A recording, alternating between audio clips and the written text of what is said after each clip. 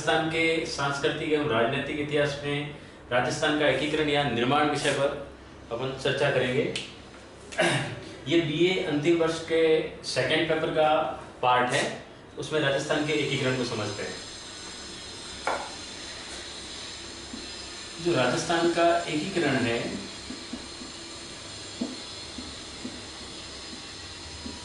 ये जिस कालखंड में हुआ और जिन परिस्थितियों में हुआ और जिस समय जिन परिस्थिति में हुआ उस समय का राजनीतिक एवं सांस्कृतिक जो घटनाक्रम था या परिस्थितियां थी वो थोड़ी भिन्नता पूर्वक थी। अब देखिए भारत के एकीकरण में देखा जाए तो उसके लिहाज से अगर राजस्थान का एकीकरण देखें तो यहाँ कई छोटे मोटे स्वतंत्र राज्य थे और उन स्वतंत्र राज्यों को छोटे छोटे टुकड़ों में बंटे हुए थे, सब अपने आप को स्वतंत्र मान रहे थे। तो ऐसी स्थिति में राजस्थान का एकीकरण करना एक बड़ा टेढ़ा काम था। फिर भी जब अगर मोटे संदर्भ में देखें तो 5 जुलाई 1947 5 जुलाई 1947 को एक भारत सरकार ने विभाग की स्थापना की, जिस विभाग का नाम था रियासती सचिवालय।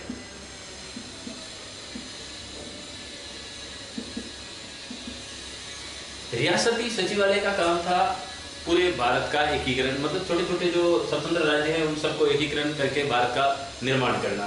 अब उसके अंतर्गत राजस्थान का निर्माण जो अपन पढ़ रहे हैं तो अपन आज सिर्फ राजस्थान के निर्माण के बारे में चर्चा करेंगे। अब इस जो रियासती सचिवालय का काम था राज्यों का एक प्रकार से पुनर्गठन समझ ले अपन। अब रियासती एकीकरण के समय इसका जो हेड बनाया गया वो बनाया गया सरदार वल्लभ भाई पटेल को।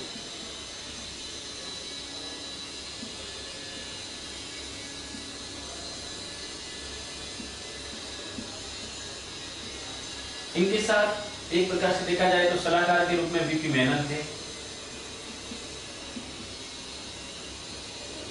अब इनके प्रयासों से राजस्थान का एकीकरण प्रारंभ होता है। तो ये घटनाक्रम अगर देखा जाए तो 5 जुलाई 1947 से प्रारंभ हुआ था। अब राजस्थान में ये शुरुआत कब होती है और राजस्थान की परिस्थितियां क्या थी, राजस्थान में उस समय कितने रियासतें थी, कितने ठिकाने थे या कितने टोटल राजस्थान कितने भागों में विभक्त था, उस दृष्टि से देखें तो राजस्थान में टोटल जो रियासतें थी, रियासतें या रजवाड़े, 19 रियासतें और रजवाड़ों से मिलकर राजस्थान का निर्माण हुआ था। इसके अलावा कुछ ठिकाने थे, यानी जो रियासतों से छोटे स्तर के होते थे वो 3 थे और एक उस समय देखा जाए तो यूटी था। ये देखा जाए तो केंद्र शासित प्रदेश आज की तरह का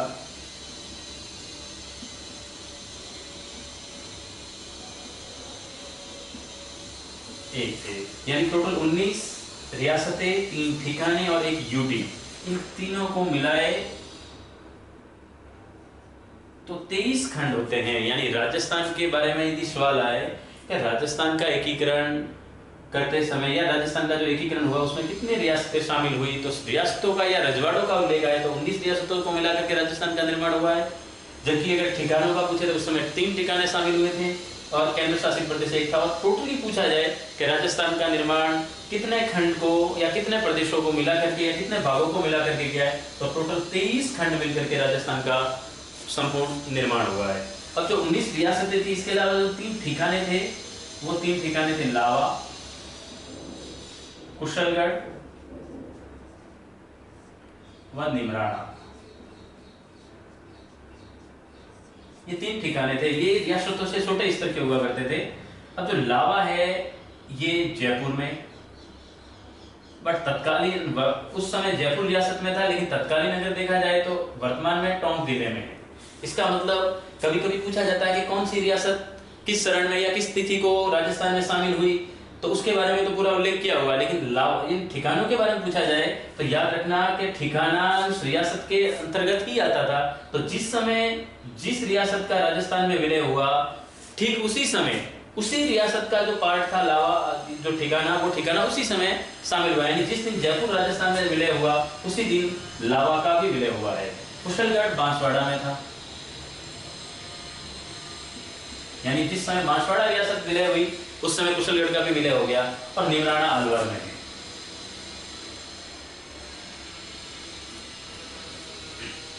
जो एक केंद्र शासित प्रदेश था वो कहलाता था अजमेर मेरवाड़ा।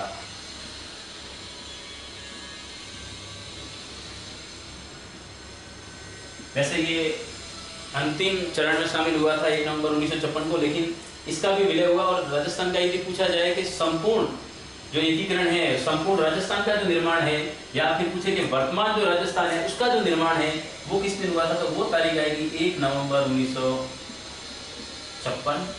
जबकि अगर मोटे तौर पे देखा जाए तो पूरे राजस्थान का अगर यूं निर्माण पूछा जाए तो वो 30 मार्च को ही हो गया था, 30 मार्च 1949 को।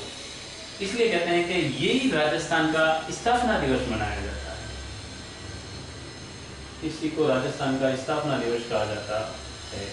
कभी सवाल आए कि राजस्थान की स्थापना कब हुई है, वर्तमान जो राजस्थान है उसकी 30 मार्च को, लेकिन पूछे कि वर्तमान जो राजस्थान है पूरा का पूरा उसकी अगर पूछे संपूर्ण रूप से स्थापना हुई है या पूरा निर्माण हुआ तो वो हुआ 1 नवंबर 1956 को, जबकि स्थापना दिवस राजस्थान का 30 मार्च 1949 को हो गया था। अब इस समय की ये स्थितियां थी, लेकिन अगर इस समय देखा जाए तो राजस्थान की जो रियासतें थी, किस समय कौन सा क्षेत्र राजस्थान में विलय हुआ, इस संदर्भ में देखा जाए तो पूरे राजस्थान का निर्माण 7 चरणों में हुआ है। यानी जो वर्तमान राजस्थान है उसका पूरा निर्माण हुआ है वो 7 चरणों में निर्माण हुआ है। अब यहाँ क्या करते हैं, एक एक करके चरण वाइज स्टेप बाय स्टेप पढ़ते हैं सातों चरणों को डेट वाइज, किस समय कौन सी रियासत शामिल हुई। मोटे स्तर पे अगर देखा जाए तो 7 चरण जो थे वो 18 मार्च 1948 से प्रारंभ होगा, जो 1 नवंबर 1956 को कंप्लीट होगा। यानी ये जो पूरा टाइम पीरियड था, इस अवधि के दौरान राजस्थान का संपूर्ण निर्माण हुआ है या राजस्थान का एकीकरण हुआ है। एक बार स्क्रीनशॉट लेना है तो ले लीजिए, फिर इसको मिटा देते हैं।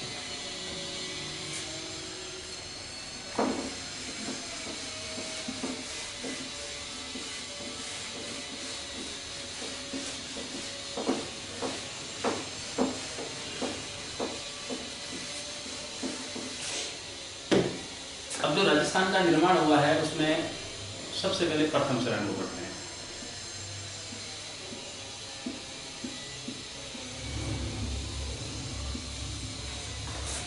अगर इस दृष्टि से देखा जाए तो प्रथम चरण में राजस्थान का निर्माण जो हुआ, एक मोटे तौर पे देखा जाए तो राजस्थान का निर्माण कैसे हुआ तो उसको एक बार मैप में देख लेते हैं।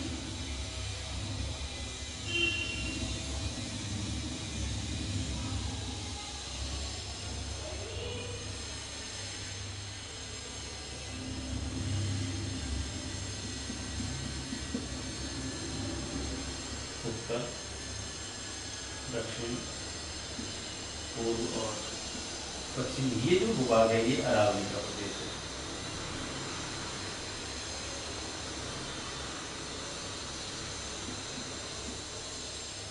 अगर इस दृष्टि से देखा जाए तो राजस्थान का निर्माण की जो प्रक्रिया शुरू हुई वो इस जगह से हुई थी।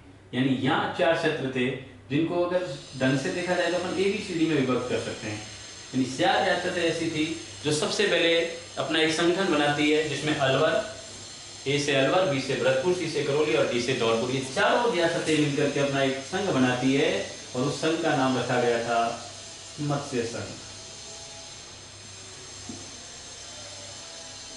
यहां से प्रारंभ होगा, फिर ये आएगा इस साइड, यानी यहां से फिर द्वितीय चरण में शामिल होगा कोटा। फिर अगर देखा जाए तो यहां तीसरे चरण में मेवाड़ आ जाएगा, यानी उदयपुर आ जाएगा। तो राजस्थान के जो निर्माण की प्रक्रिया अगर मोटे रूप में देखा जाए तो समझने के लिए आपके लिए ये काफी है कि कभी भी अड़चन नहीं आए तो इसका सीधा एक डायग्राम टाइप ऐसे बना लो कि राजस्थान का निर्माण इस प्रकार हुआ है, क्यों देखा जाए तो ऐसे हो जाएगा। यानी यहाँ से जो राजस्थान के निर्माण की प्रक्रिया है वो यहाँ से प्रारंभ होती है। अब यहाँ से उत्तर पूर्व से पूर्वोत्तर से ये पूर्व की तरफ आ जाएगी, पूर्व से ये दक्षिण की तरफ आ जाएगी, दक्षिण से धीरे धीरे पश्चिम और पश्चिम से लास्ट में सेंटर में आएगी। यानी कि अजमेर मेरवाड़ा वैसे ही लास्ट में होगा और अजमेर मेरवाड़ा तक आकर के रुक जाएगी। तो राजस्थान के निर्माण को समझने के लिए इस प्रोसेस में अपने को चलना है, ताकि आपके समझ में भी जल्दी आ जाएगा कि भाई किस भाग को कैसे शामिल किया गया और कौन सा भाग पहले चरण में हुआ, कौन सा भाग द्वितीय चरण में हुआ है। इस प्रकार इसकी पूरी प्रोसेस हो जाएगी।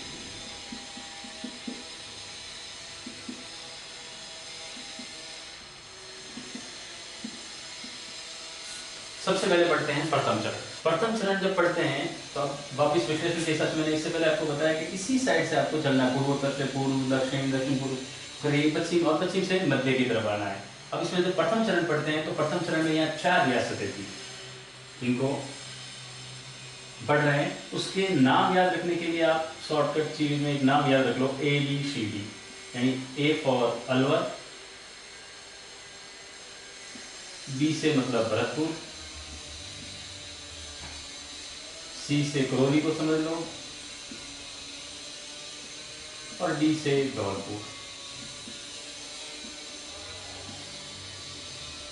इन चारों रियासतों ने सबसे पहले मिल एक तारीख थी, जिस दिनांक का उल्लेख कर देता हूं, दिनांक थी 18 मार्च 1948। अब 18 मार्च 1948 को 4 रियासतें अलवर, भरतपुर, करौली और धौलपुर ने एक अपना संयुक्त संघ बनाया। उस संघ का नाम रखा गया मत्स्य संघ। कई बार ये भी पूछा जाता है कि जैसे ये संघ है तो इस संघ का नामकरण किसने किया? तो चूंकि प्राचीन काल में ये एक ऐसा क्षेत्र था जिस क्षेत्र को पहले मत्स्य संघ के नाम से जाना जाता था, पुराना महाभारत समय, इसलिए इसका नाम वापस मत्स्य संघ रखा गया। और ये नाम करता था KM मुंशी, जिनका नाम आपने संविधान को पढ़ते समय सुना होगा, जिनका पूरा नाम था कन्हैयालाल माणिक्यलाल मुंशी। तो KM मुंशी, इन्होंने नाम रखा मत्स्य संघ। गठन कब हुआ मत्स्य संघ का? प्रथम चरण में 18 मार्च 1948। प्रथम चरण की जो शुरुआत हुई है वो 18 मार्च 1948 को मत्स्य संघ के साथ शुरू हुई। इस समय देखो, हर बार आप हर स्टेप में 4 चीजें कंटिन्यूटी पढ़ोगे, जैसे गठन की डेट, संघ का नाम, उसके बाद उसका जो राज प्रमुख है वो कौन है, उस समय जो मुख्यमंत्री ने होकर के, क्योंकि स्वतंत्र रियासतें थी तो अपने आप को प्रधानमंत्री के रूप में पेश करती थी, तो इसका मतलब उस समय का प्रधानमंत्री कौन था, उद्घाटनकर्ता कौन था, इनके सबके नाम अपन बारी बारी से देख रहे हैं। तो पहले दिनांक आ गई, संघ का नाम आ गया। फिर अगर देखा जाए तो राज प्रमुख कौन बना। अब मत्स्य संघ के बारे में जब राज प्रमुख के बारे में पढ़ते हैं तो थोड़ा सा गौर करना जरूरी है कि अपन जितने भी चरण पढ़ेंगे उसमें 4 चरण अपने इंपोर्टेंट है। उसके बाद क्या है कि राज प्रमुख, प्रधानमंत्री, राजधानी, वो कंटिन्यू वही रहती है जो चौथे चरण में हो जाती है। तो 5वें 6वें 7वें तक तो वो के वही आ रहेंगे, लेकिन राज प्रमुख जो प्रथम चरण में था उसके बारे में थोड़ा ध्यान देना जरूरी है कि प्रथम चरण में जहां राजधानी रही संघ की, उस संघ का जो राजा होता था, जो राजधानी वाला क्षेत्र है, उस राजधानी की जगह का जो राजा होता था वही राज प्रमुख बना है। अमूमन यही चीज आपको देखने को मिलेगी। लेकिन सिर्फ पहला चरण ऐसा है जो इसका अपवाद है कि जहां राजधानी रही उस राजधानी वाले क्षेत्र का राजा राज प्रमुख नहीं बन पाया। यानी कि पहले चरण में राजधानी थी अलवर।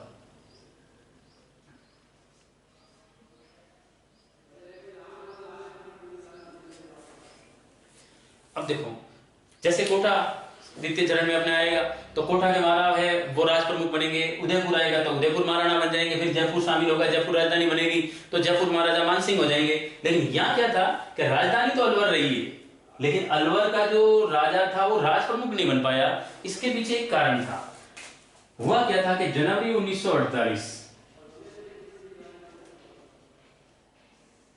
में राष्ट्रपिता महात्मा गांधी की हत्या हो गई।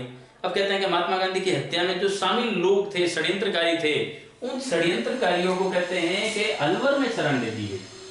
इसलिए कहते हैं कि अलवर महाराजा पर भी संदेह गया, और अलवर महाराजा तेज सिंह थे। उन तेज सिंह के ऊपर ये चीज आरोप लगा कि ये भी महात्मा गांधी की हत्या में शामिल है। तो कहते हैं कि उस समय ये भूमिगत थे। और कुछ लोग इसके बारे में ये भी विवाद है कि इनको दिल्ली में रोका गया था। यानी कि एक तरफ से अलवर महाराजा उस समय इन संघ के जो संघ का निर्माण हो रहा था उनसे हटे हुए थे। तो अलवर महाराजा चूंकि यहाँ उस समय मौजूद नहीं थे, इसलिए वो राज प्रमुख न बने। तब कहते हैं कि धौलपुर महाराजा को राज प्रमुख बनाया गया, और धौलपुर महाराजा थे उदयभान सिंह।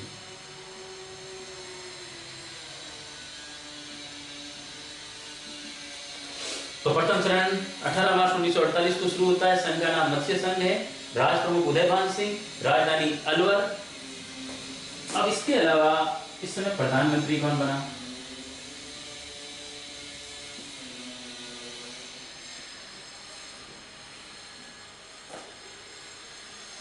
राजधानी हो गई, प्रधानमंत्री हो गया और उद्घाटनकर्ता।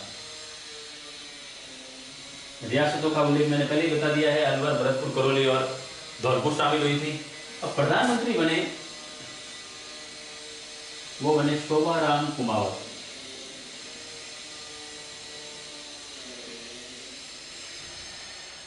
जबकि उद्घाटनकर्ता जो आए थे वो आए थे एन.वी. गॉडविल। उद्घाटनकर्ता हमेशा क्या होता है कि अपन भी देखते हैं, जिस जगह उद्घाटन होता है किसी मेहमान को बुलाया जाता है और उस समय चूंकि मेहमान कोई बाहरी होते हैं, तो ये भी यहाँ भी एक पद्धति है कि जो उद्घाटन करता है वो बाहर से आए थे, तो उद्घाटन करता दिल्ली से एन.वी. गॉडविल को भेजा गया था। तो इस प्रकार राजस्थान में प्रथम चरण का जो निर्माण हुआ मत्स्य संघ का प्रथम चरण के अंतर्गत, उसमें तारीख आ गई, संघ का नाम मत्स्य संघ रखा गया। किसने रखा? तो के.एम. मुंशी ने इसका नामकरण किया था। राज प्रमुख उदयभान सिंह थे, राजधानी अलवर थी, प्रधानमंत्री शोभाराम कुमावत थे और उद्घाटनकर्ता एन.वी. गॉडविल थे। इस प्रकार ये प्रथम चरण का निर्माण होता है। प्रथम चरण के बाद फिर हम आते हैं द्वितीय चरण पे।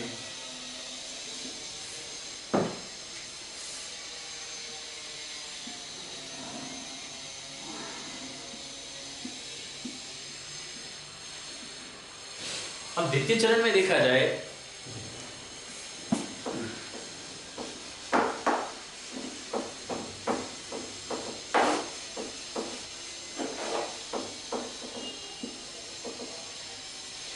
आप जैसे जैसे स्पेस मिलता है उस समय उसका स्क्रीनशॉट लेते रहिए। मैंने पहले बताया था कि यहाँ से एकीकरण राजस्थान का शुरू हो रहा है, तो यहाँ से होते हुए अपन यहाँ आ रहे हैं। अब अगर इस दिशा को अपन इंडिकेट करते हैं तो ये पूर्वी दिशा है। अब मुख्य रूप से इसके साथ कई रियासतें शामिल होगी, लेकिन जो मुख्य स्थान था वो था कोटा। अब कोटा का द्वितीय चरण में विलय हो रहा है, लेकिन इस संघ का नाम क्या रखा जाएगा तो उसके संदर्भ में पढ़ते हैं कि ये संघ जो था, ये देखो राजस्थान शब्द का मत्स्य संघ के समय प्रयोग नहीं हुआ है, लेकिन पहली बार राजस्थान शब्द का प्रयोग यानी राजस्थान के एकीकरण के समय राजस्थान शब्द का प्रयोग द्वितीय चरण में होगा और वो दिनांक थी 25 मार्च।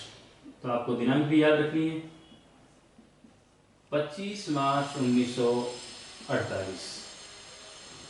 इस दिन एक संघ बना और संघ चूंकि राजस्थान तो बना है, लेकिन किस दिशा का है? पूर्व का है, तो इस संघ का नाम पड़ा पूर्वी राजस्थान संघ।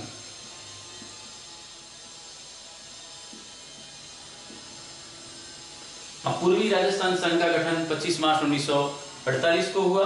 ये द्वितीय चरण था। इस समय अगर वही स्थितियां देखें तो वापिस आएंगे राज प्रमुख,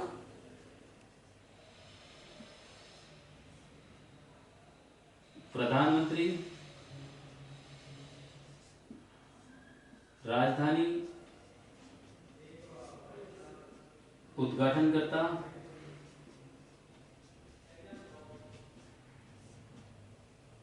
अब देखो 25 मार्च को ये चीज हुई है, पूर्वी राजस्थान संघ का निर्माण हुआ है। इस समय सबसे बड़ी रियासत अगर देखें और प्रमुख रियासत थी वो कोटा शामिल हुई थी, तो राजधानी कोटा स्थानांतरित कर दी गई। पहले राजधानी अलवर थी,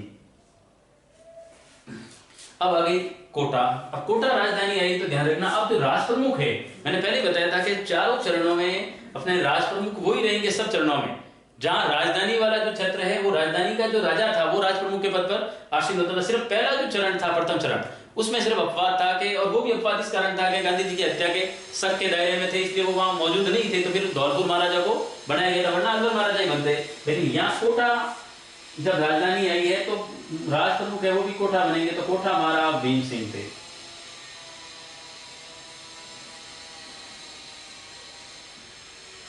प्रधानमंत्री थे वो थे कोटा के गोकुल लाल असावा।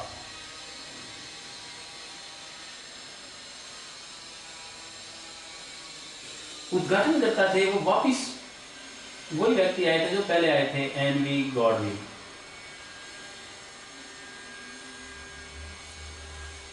ये याद रखना आपको, संघ का नाम पूर्वी राजस्थान संघ रखा गया है। अपन यहां से बढ़ते हुए आ रहे हैं, इस साइड आए हैं, फिर अब इस साइड जाएंगे तो इस साइड कौन सा लगाएगा वो अगली बार शामिल हो जाएगा। तो अभी यहाँ है तो यहाँ संघ का नाम पूर्वी राजस्थान संघ, दिनांक 25 मार्च 1948, राज प्रमुख कौन बने? महाराज भीम सिंह बने हैं, और प्रधानमंत्री जो थे वो थे गोकुल लाल असावा। राजधानी कोटा रखी गई और उद्घाटनकर्ता है एन.वी. गॉडविल है। ये चीज आपको याद रखनी है, एक बार नोट डाउन करना है, नोट डाउन कर लीजिए।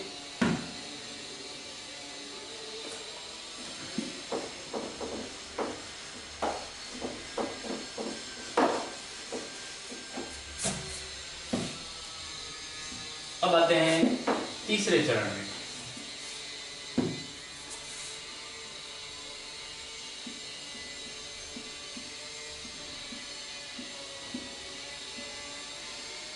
अब तृतीय चरण के लिहाज से देखें तो यहाँ आ जाते हैं।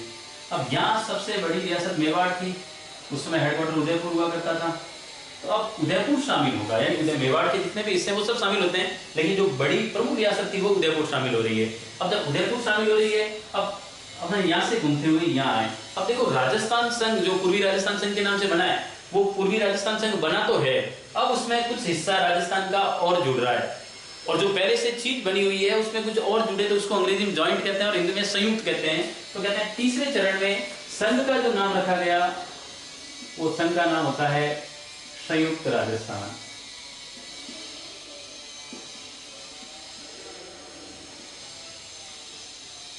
अब ये जिस दिनांक को गठन हुआ वो देख लो, ये हुआ था 18 अप्रैल 1948, यानी 18 अप्रैल 1948 को। अब संघ का नाम संयुक्त राजस्थान हो गया, दिनांक 18 अप्रैल 1948 हो गई। फिर वापिस वही चीजें, राष्ट्र प्रमुख कौन बने,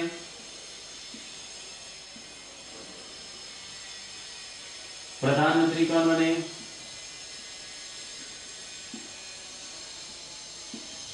राजधानी कहां रखी गई, और उद्घाटनकर्ता कौन थे।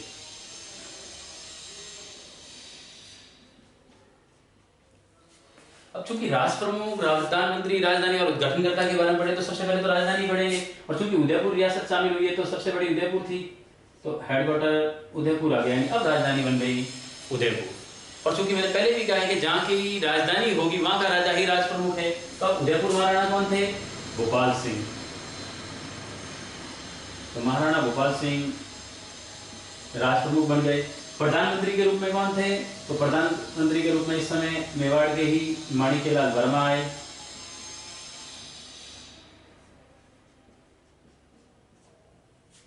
उद्घाटनकर्ता के बारे में देखें तो अब देखो मत्स्य संघ पहले बना था, वो एक संघ के रूप में बना, अभी राजस्थान में विलय उसका बाद में होगा। फिर राजस्थान संघ बना, पूर्वी राजस्थान संघ, और उसके बाद में संयुक्त राजस्थान भी बना। जब इतनी बड़ी प्रक्रिया शुरू हुई तो कहते हैं उद्घाटन करने के लिए भारत के प्रधानमंत्री खुद JN नेहरू आए, यानी उद्घाटनकर्ता जवाहरलाल नेहरू थे। तो संयुक्त राजस्थान संघ का उद्घाटन जवाहरलाल नेहरू ने किया था, राजधानी उसकी उदयपुर रखी गई थी, प्रधानमंत्री माणिक्यलाल वर्मा थे, राज प्रमुख भोपाल सिंह थे, और दिनांक 18 अप्रैल 1948 को थी। संघ का नाम संयुक्त राजस्थान था। अब दक्षिणी हिस्से से जुड़ करके अब अपनाएंगे पश्चिमी राजस्थान की तरफ, और फिर सेंटर की तरफ आ रहे हैं। तो पश्चिमी राजस्थान में क्या था, अब यहां आते हैं। अब पढ़ेंगे अपन चतुर्थ चरण, सबसे इंपॉर्टेंट है ये।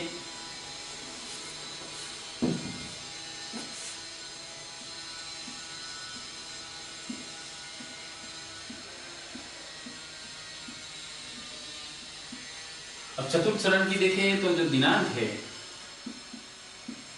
वो दिनांक थी 30 मार्च 1949, यानी प्रारंभिक जो 3 चरण है वो 1948 में हुए हैं। 49 में 2 होंगे, एक 50 में होगा और एक 56 में होगा। इस प्रकार 7 चरणों में राजस्थान का गठन होगा पूरा। दिनांक 30 मार्च 1949 को। अब संघ का क्या नाम है, ये चीज महत्वपूर्ण है।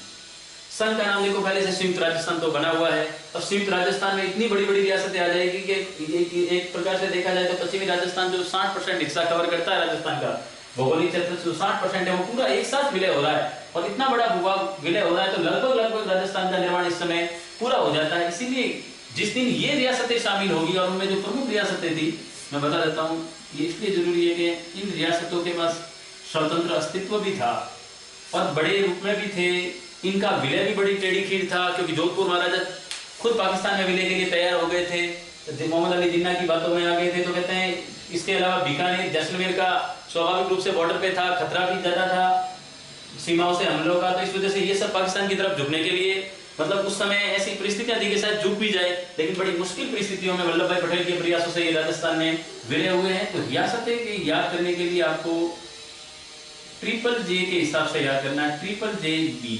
वैसे तो और भी छोटी मोटी रियासतें हुई, लेकिन इनका बड़ा रोल था। और ट्रिपल जे बी से मतलब है जयपुर, जोधपुर, जैसलमेर और बीकानेर, ये 4 बड़ी रियासतें। आप खुद कल्पना कर सकते हो, बीकानेर का हिस्सा ये बीकानेर संभाग वाला, जैसलमेर, जोधपुर का संभाग पूरा और जयपुर का पूरा संभाग। इतने बड़े संभाग के बाद में राजस्थान का कोई मतलब ज्यादा रहता ही नहीं है, कभी राजस्थान लगभग पूरा हो गया था। इसीलिए इसी दिनांक को राजस्थान का स्थापना दिवस माना जाता है। और इसी चीज को जब राजस्थान पूरा बन गया तो अब राजस्थान बहुत बड़ा बन गया, बड़ा बना तो इस संघ का नाम पड़ा वृहद राजस्थान, यानी अब ये बन गया वृहद राजस्थान। यानी एक प्रकार से देखा जाए तो इसके बाद जितने भी नामकरण आते हैं, कई बार किताबों में अलग अलग नामकरण आते हैं, वो आते हैं, लेकिन ये एक प्रकार से अब राजस्थान बन गया लगभग, अब इसे वृहद राजस्थान कहते हैं। वापिस वो की वही सीक्वेंस जो तीसरे में थी, अब वापिस उसी को अपन करते हैं रिपीट। राज प्रमुख कौन बना,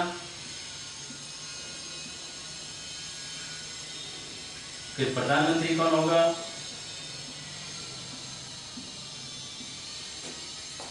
राजधानी कहाँ है और उद्घाटन करता कौन है।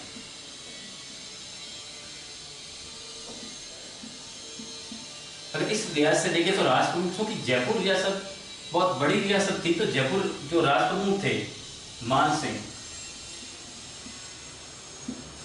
तो सवाई मान सिंह जो थे उस सवाई मान सिंह को राज प्रमुख बनाया गया। प्रधानमंत्री जो थे वो बने हीरालाल शास्त्री।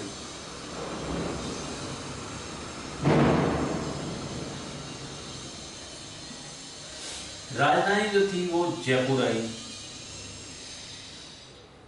और उद्घाटन करता। अब सबसे बड़ी इंपॉर्टेंट बात है, जब इतना बड़ा भूभाग बना, लगभग पूरा राजस्थान का विलय हो गया, एकीकरण के चरण के अंतर्गत आ गया, और ये बहुत बड़ी कामयाबी थी और बहुत बड़ा प्रशंसा का काम भी था कि इतने बड़े छोटे छोटे रजवाड़ों को मिलाकर के एक बड़े राजस्थान का निर्माण करना, और उनके प्रयासों को, जो प्रयास जिन्होंने ज्यादा किए और उनके प्रयासों को पूरा क्रेडिट जाता है वो इसी उद्घाटनकर्ता को जाएगा।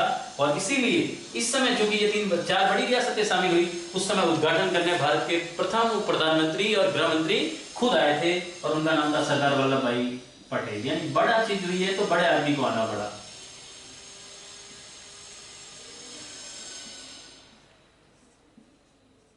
वृहद राजस्थान का उद्घाटनकर्ता कौन थे, तो सरदार वल्लभ भाई पटेल। ये है चतुर्थ चरण। यानी यहां से अगर देखा जाए तो चतुर्थ चरण के बाद आपको राज प्रमुख, प्रधानमंत्री, राजधानी, ये तीनों चीजें याद नहीं करनी है, क्योंकि ये तीनों चीजें कंटिन्यू रहेगी।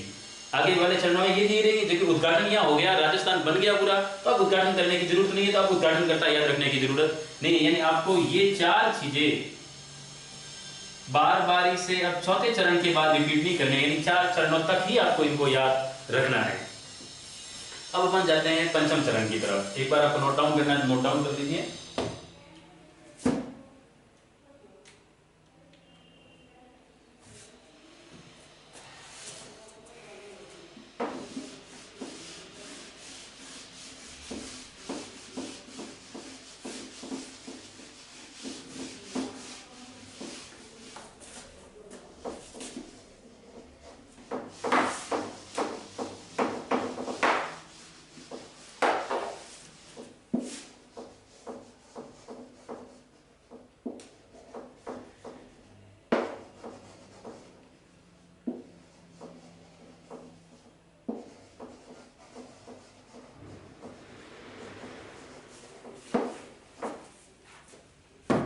अब है पंचम चरण।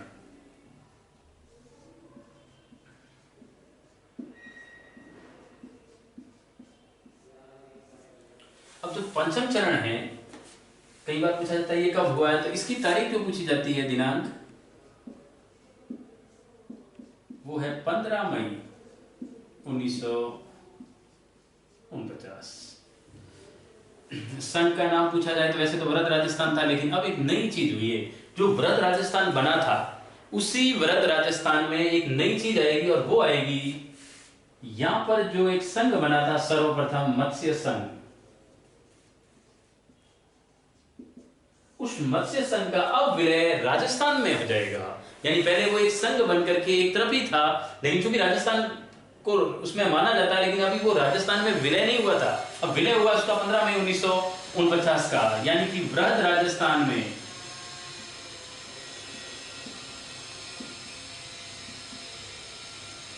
प्लस मत्स्य संघ हो जाएगा। ठीक है, अब यानी वृहद राजस्थान में मत्स्य संघ का विलय हो गया, तो इस लिहाज से इनको संयुक्त प्लस वृहद राजस्थान भी कहते हैं। दिनांक 15 मई 1949 थी। अब मैंने पहले ही बताया था कि राज प्रमुख वगैरह अब आपको याद करने की जरूरत नहीं है, क्योंकि जो 4 तक किए थे वही वापस रिपीट होंगे, तो राज प्रमुख वापस रिपीट हो रहे हैं, राजधानी वापस रिपीट होगी, प्रधानमंत्री वापस रिपीट होंगे, और उद्घाटनकर्ता रिपीट नहीं होंगे, क्योंकि उद्घाटन तो हो गया, तो होने के बाद में वापस तो उद्घाटनकर्ता के नाम लिखने की जरूरत नहीं है। राज प्रमुख जो थे वही थे स्वाभिमान सिंह।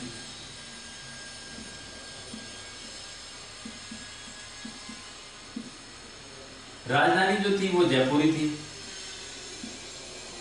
और प्रधानमंत्री हीरालाल शास्त्री जी थे।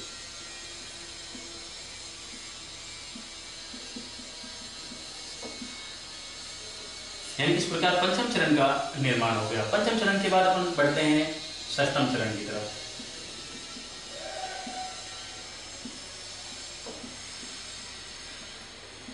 अगर यदि षष्ठम चरण को देखा जाए तो वही राजस्थान है। अब राजस्थान चरण जो जिस तारीख को षष्ठम चरण होगा उस तारीख को देख लेते, देखिए जनवरी 1950 की बात है, यानी 26 जनवरी 1950 ही है आपके, तो जनवरी 1950 में षष्ठम चरण का निर्माण हुआ है। और षष्ठम चरण के तहत जो चीज एक नई हो रही है उस चीज को देखना जरूरी है। षष्ठम चरण में राजस्थान के बारे में कहता है कि एक सिरोही रियासत जो थी उसका विलय होना था। अब सिरोही रियासत के संदर्भ में ये था कि सिरोही रियासत उस समय एक प्रांत था बंबई, उस बंबई प्रांत का हिस्सा था, और चूंकि राजस्थान में इसका विलय जरूरी था, अब इसी सिरोही जिले में एक गांव है हाथल गांव, थोड़ा इंपॉर्टेंट है। यहाँ के एक व्यक्ति थे गोकुल भाई भट्ट, नाम सुना होगा आपने।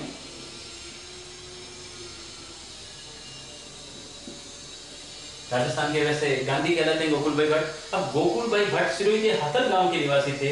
ये चाहते थे कि मेरी जन्मभूमि राजस्थान में रहेगी, यानी ये भी एक क्रांतिकारी थे, राजस्थान के स्वतंत्रता सेनानी थे, तो इनके भी प्रयास शुरू हुए, इनकी भी बात माननी जरूरी थी। लेकिन इसी समय सिरोही में एक बहुत बढ़िया हिल स्टेशन था और वो था माउंट आबू। अब जो बंबई वाले थे वो उस समय माउंट आबू को अपने हिस्से में लेना चाहते, और विशेष करके जो गुजरात का हिस्सा था बंबई के, बाद में दो बंबई राज्य के दो विभाजन हुआ तो 2 राज्य बने नए, एक मराठी भाषा वालों का महाराष्ट्र और गुजराती वालों का गुजरात। तो उस समय कहते हैं माउंट आबू इसके अकॉर्डिंग बंबई में जा रहा था, तो माउंट आबू बंबई में था, तो इसका जोरदार विरोध हो रहा था। तब कहते हैं कि उस समय जो लोक पुरुष थे वल्लभ भाई पटेल वो बड़े चतुर निकले। उन्होंने कहा कि भाई गोकुल भाई भट्ट का कहना था कि मेरा जो गांव है, मेरी जन्मभूमि है वो राजस्थान में रहेगी, यानी वो सिरोही जिले को रियासत को राजस्थान में विलय करवाना चाहते, और सिरोही होती तो माउंट आबू भी हो जाती। सब कहते हैं कि सरदार वल्लभ भाई पटेल ने अपनी चतुराई से क्या कर दिया कि इन्होंने जो सिरोही का हाथल गांव है उस हाथल गांव वाले सिरोही को पूरा का पूरा दे दिया राजस्थान में, और जो माउंट आबू का क्षेत्र था वो रख दिया बंबई प्रांत में। यानी कहते हैं कि गोकुल भाई भट्ट के प्रयास भी सफल हो गए कि उन्होंने कहा था कि मेरी जन्मभूमि, तो इस प्रकार उन चतुराई से हो गया। लेकिन बाद में गोकुल भाई भट्ट वापिस उसके प्रयासों में लग गए कि नहीं, हमें पूरा संपूर्ण सिरोही राजस्थान में चाहिए। तब कहते हैं इसके प्रयास शुरू हुए, और वो प्रयास कब तक आते हैं वो अपन अगले चरण में पढ़ेंगे। तो जनवरी 1950 में जिसका विलय हुआ राजस्थान में, वैसे एक मोटा मोटा राजस्थान तो 30 मार्च 1949 को बन गया था, लेकिन इस समय जो विलय होता है वो सिरोही रियासत होती है। लेकिन आपको याद रखना है आबू को छोड़कर,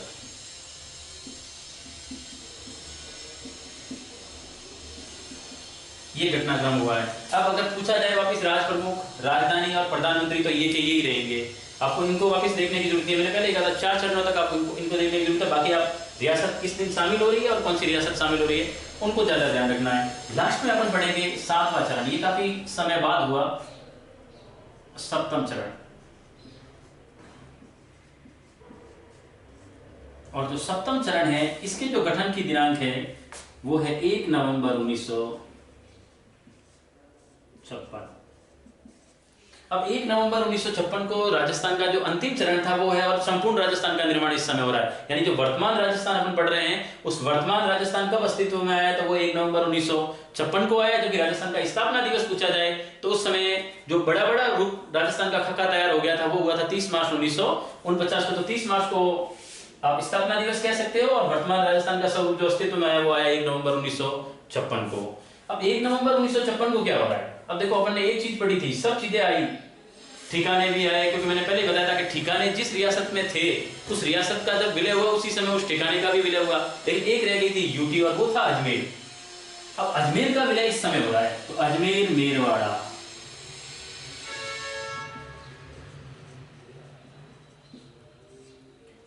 प्लस आबू, यानी जो आबू अभी बंबई प्रांत में था, गोकुल भाई भट्ट इसके लिए अनवरत रूप से प्रयासों में लगे हुए थे कि माउंट आबू राजस्थान का हिस्सा बने, तो माउंट आबू के लिए वो प्रयास कर रहे थे। तब तक सरदार पटेल जो थे उनका भी देहांत हो गया था, तो कहते हैं कि बाद में गोकुल भाई पटेल के प्रयासों से माउंट आबू को वापस राजस्थान में दे दिया गया और आबू प्लस अजमेर मेरवाड़ा बाकी था। तो अजमेर और आबू दोनों 1 नवंबर 1956 को विलय होते हैं, और इस दिन पूरा राजस्थान, अपना जो वर्तमान राजस्थान है वो पूरा अस्तित्व में 1 नवंबर 1956 को आता है। लेकिन यह चीज एक याद रखनी है वापिस 7वें चरण में कि अब जो राजधानी है वो जयपुर ही रहेगी। लेकिन 1 नवंबर 1956 को एक नई घटना घटित हुई कि जो भारत में राजप्रमुख नाम के जो पद रखे गए थे उन राजप्रमुख के पद को समाप्त कर दिया गया, और 1 नवंबर 1956 है उस दिन से राजस्थान में राजप्रमुख का पद समाप्त कर एक नया पद सृजित किया गया, और वो था राज्यपाल का पद से। तो राजस्थान में राज्यपाल का पद 1 नवंबर 1956 को सृजित हुआ, और जो प्रथम राज्यपाल थे वो बने सरदार गुरुमुख निहाल सिंह।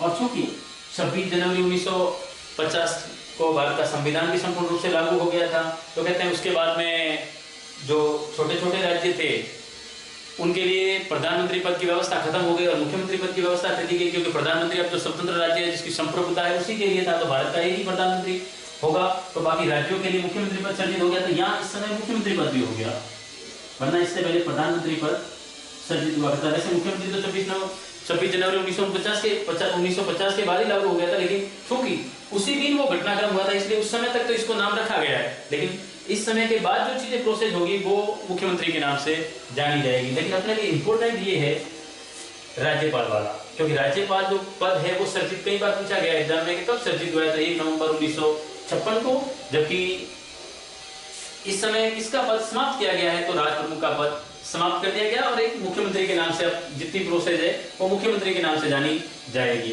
ये है पूरा राजस्थान का एकीकरण। इसको आपको गौर से देखना है, इसमें 15 नंबर और 7 नंबर अल्टरनेट है, 7 नंबर या 15 नंबर में से या लघुत्रात्मक या अतिलघुत्रात्मक में एक प्रश्न आपका निश्चित रूप से पूछा जाता है, इसलिए इसको विशेष करके याद करना है। ये आपके आगे की क्लासों के लिए, आगे सामान्य ज्ञान में जितने भी कंपटीशन एग्जाम्स होते हैं उन एग्जाम्स में भी ये पूरे काम का है, इसलिए इस टॉपिक को विशेष करके पढ़े। Thank you.